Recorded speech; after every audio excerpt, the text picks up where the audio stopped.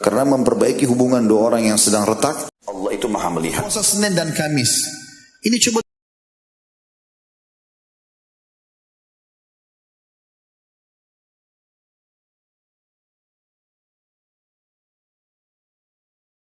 وَلْتَكُنْ مِنْكُمْ أُمَّةٌ يَدْعُونَ إِلَى الْخَيْرِ وَيَأْمُرُونَ بِالْمَعْرُوفِ وَيَنْهَوْنَ عَنِ الْمُنْكَرِ وَأُولَئِكَ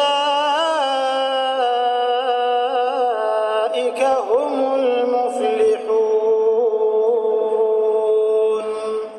Sebelumnya saya akan coba menjelaskan dulu bahwasanya hutang dalam Islam itu hanya dibolehkan bagi orang yang terdesak atau sangat membutuhkan.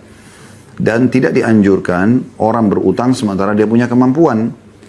Contoh kasus di zaman kita sekarang yang terjadi banyak pelanggaran agama adalah makin mampu maka makin banyak utangnya. Padahal sebenarnya ini tidak dibolehkan dalam syariat. Karena hutang itu sekali lagi hanya boleh bagi orang yang tidak mampu atau terdesak. Kita temukan misalnya penggunaan kartu kredit di zaman kita sekarang, justru makin kaya orang tersebut, maka makin besar limitnya agar dia berhutang. Walaupun cicilan tersebut 0%, sementara dia mampu untuk membeli cash, maka ada larangan dalam Islam untuk berhutang. Ya.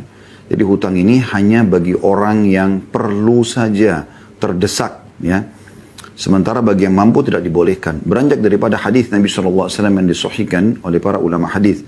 Seingat saya ini diriwayatkan oleh Imam Ahmad dan Imam Al-Dhahabi rahimahullah menyebutkan hadis ini dalam buku beliau, dosa-dosa besar. Matlul ghani, kata Nabi SAW, matlul ghani zulm. Menunda pembayaran bagi orang yang kaya adalah kezaliman atau dosa besar. Ya, makanya Imam Al-Dhahabi rahimahullah masukkan kategori dosa besar orang mampu yang menunda pembayaran utang. Di sini masuk dalamnya adalah dia utang sementara dia mampu. Untuk apa dia utang? Sementara konsekuensi daripada utang tersebut sangat berat. Ya, nanti akan kita jelaskan dalil-dalil orang yang menunda pembayaran utang sementara dia mampu atau sengaja dia berhutang sementara dia mampu. Ya.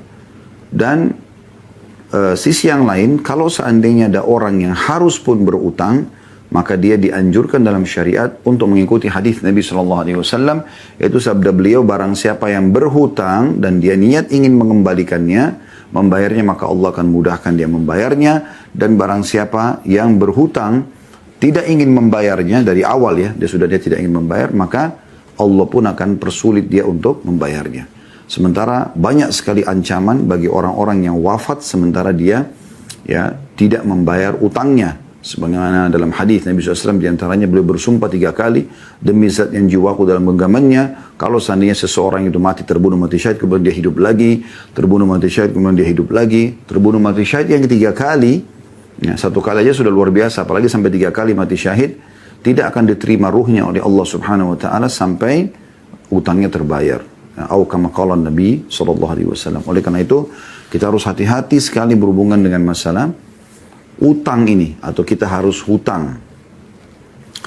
Kalau seandainya seseorang itu sudah terlanjur berhutang, ya, misalnya di saat Anda ikut ta'lim ini Anda baru tahu, oh ternyata orang kaya nggak boleh utangnya misalnya, ya, karena itu masuk dalam kezaliman, dia menunda pembayaran sementara dia punya uangnya. Dia hanya mau menggunakan seperti fasilitas saja, padahal sebenarnya dia tidak boleh berutang di saat itu, ya. Maka sekarang dia mau mengubah, sudah terlanjur utang. Maka Anda selesaikan, Anda lunasi semua itu, dan mulai sekarang Anda mulia cash and carry. Bayar cash, Anda bawa barangnya, selesai. Sehingga Anda tidak ada beban. 2-3 langkah setelah Anda beli produk tersebut, dan kemudian Anda meninggal dunia, Anda tidak ada beban hukum. Anda tidak ada beban hukum, ya. Apalagi yang terjadi pada sebagian orang, mereka berutang tanpa diketahui oleh ahli warisnya. Sehingga akhirnya ahli warisnya pun tidak membayarkan utang tersebut dan menjadi penyebab dia disiksa gara-gara hutang-hutang yang melilit, yang tadinya semasa dia hidup bisa sebenarnya dia tidak perlu utang gitu, ya.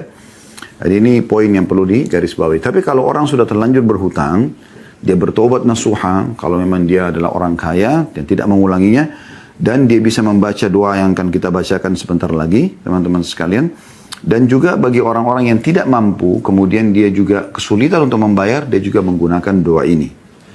Doa yang diangkat di sini ada 2. Doa yang pertama adalah Allahumma kfini bihalalika an haramik wa agnini bifadlika amman siwak. Ya Allah, cukupkanlah aku dengan rezekimu yang halal dari yang haram. Dan cukupkanlah aku dengan karuniamu agar aku tidak membutuhkan lagi selainmu. Atau membutuhkan dari selainmu. Hadis ini diriwayatkan Tirmidzi di jilid 5 halaman 560 dan juga disebutkan oleh Syekh Al-Albani dalam Sahih Tirmidzi di jilid 3 halaman 180. Doa ini teman-teman sekalian, ya, doa yang dianjurkan sekali oleh Nabi SAW untuk dibaca, dan ada seorang perawi hadis, seingat saya Ibnu Abbas radhiyallahu anhu mengatakan kalau seandainya engkau membaca doa ini, ya, maka niscaya Allah akan melunasi, ya, hutang-hutangmu walaupun memenuhi langit. Dan ini potongannya kita bisa bagi dua doa ini. Ya Allah, cukupkanlah aku dengan rezekimu yang halal dari yang haram. Maksudnya agar selalu pendapatanku hanya yang halal saja, ya, yang betul-betul aku bebas untuk mengelolanya, menikmatinya. Dan potongan yang kedua adalah, dan cukupkanlah aku dengan karuniamu agar tidak membutuhkan dari selainmu. Maksudnya ini menyinggung masalah utang, supaya aku tidak akan pernah utang lagi sama orang lain, dan tolong lunasilah utang-utangku tersebut. Ini makna daripada doa yang pertama. Doa yang kedua ada poin B-nya. Allahumma inni a'udzubika minal hammi wal hazan wal ajzi wal kasal wal bukhli wal jubni wa dala'id daini wa galabatir rijal.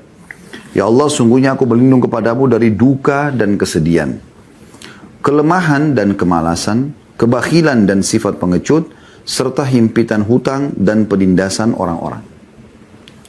Hadis ini diriwayatkan Imam Bukhari jadi 7 halaman 158. Pernah ada seorang sahabat datang kepada Nabi SAW dan mengeluhkan tentang utang yang melilit dia. Maka Nabi SAW pun memerintahkan agar dia membaca doa ini agar Allah Subhanahu Wa Taala menyelesaikan utangnya. Diambil dari potongan hadis, ya, potongan doa yang terakhir, wa dala'id daini wa galabatir rijal, dan selamatkan aku ya Allah dari himpitan hutang dan penindasan orang-orang. Karena dua hal ini sangat berdekatan, ya. Orang kalau utang lama nggak dibayar, maka akan bisa memunculkan penindasan, ya. Penindasan pemilik piutang kalau mereka tidak beriman kepada Allah Subhanahu Wa Taala. Ibnu Abbas juga menyebutkan bahwasanya siapa yang membaca doa ini maka akan dilunasi utangnya oleh Allah Subhanahu Wa Taala walaupun memenuhi langit. Tapi tentu di sini diikuti dengan ikhtiar-ikhtiar, karena Islam mengajarkan kepada kita teman-teman sekalian, selain berdoa kita juga berikhtiar. Ada asbab, ada sebab-sebab. Ya, Maryam alaihissalam pada saat dia lagi hamil dan mau melahirkan Isa alaihissalam di bawah sebuah pohon, Allah sebutkan dalam surah Maryam, A'udzu billahi minasyaitonir rajim, wa huzzi ilaiki bijiz'in nakhlati tusaqit 'alaiki rutaban janiyya. Dan goncangkanlah pohon kurma yang ada di sebelahmu, hai Maryam, maka akan berjatuhan kepadamu kurma-kurma yang sudah matang. Kenapa Allah Subhanahu Wa Taala tidak jatuhkan langsung saja kurma itu? Langsung aja di pangkuan Maryam, atau langsung saja Maryam merasa kenyang. Allah Subhanahu Wa Taala ingin manusia memahami kalau Allah menciptakan sebab-sebab yang seharusnya sebab itu diikuti. Jadi sebab kita akan sembuh dengan kita ikhtiar berobat, ya. Jadi kita sebab mendapatkan rezeki dengan kita coba bekerja, berusaha, berikhtiar. Nah, ini semua poin-poin yang harus diketahui.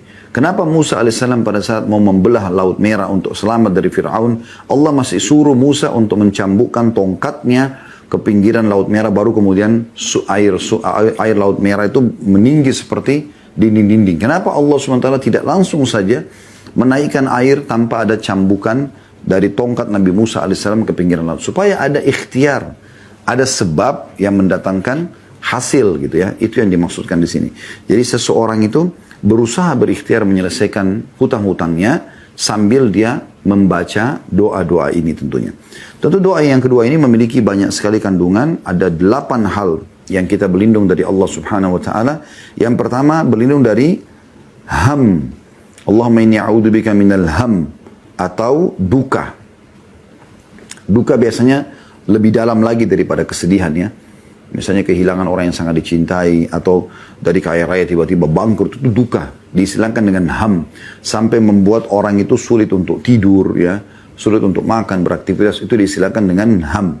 Kita berlindung kepada Allah Subhanahu wa taala agar diselamatkan dari duka seperti ini. Wal hazan, hazan kesedihan secara umum, ya. Tapi tidak mendalam seperti ya, ham. Jadi ham itu lebih dalam daripada hazan. Tapi hazan ini teman-teman sekalian secara global.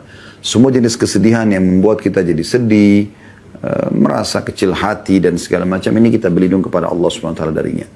Kemudian itu yang pertama dan yang kedua. Yang kedua, ketiga dan yang keempat adalah wal ajzi wal kasal. Dan kami berlindung kepadamu ya Allah dari kelemahan, ajz. Selalu merasa, kayaknya saya nggak bisa.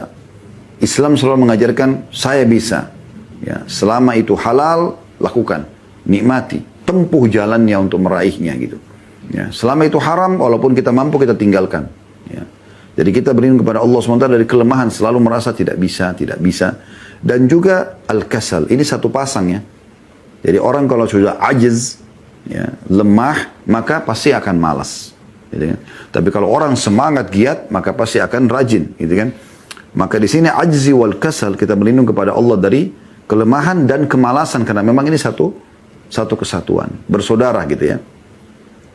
Kemudian yang kelima dan yang keenam, wal bukhli wal jubni. Dan kami berlindung kepadamu ya Allah dari kebakhilan, pelit. Ini juga Imam Az-Zahabi rahimahullah, juga Syekh Muhammad At-Tamimi rahimahullah, dan juga beberapa penulis buku tentang dosa-dosa besar masukkan kategori bakhil adalah dosa besar, pelit, ya, perhitungan, tidak mau mengeluarkan di jalan Allah Subhanahu wa taala. Ini kita berlindung kepadanya atau darinya. Dan sifat pengecut. Islam tidak kenal pengecut, selalu pemberani pada kebenaran tentunya ya. Berani dalam mempertahankan kebenaran.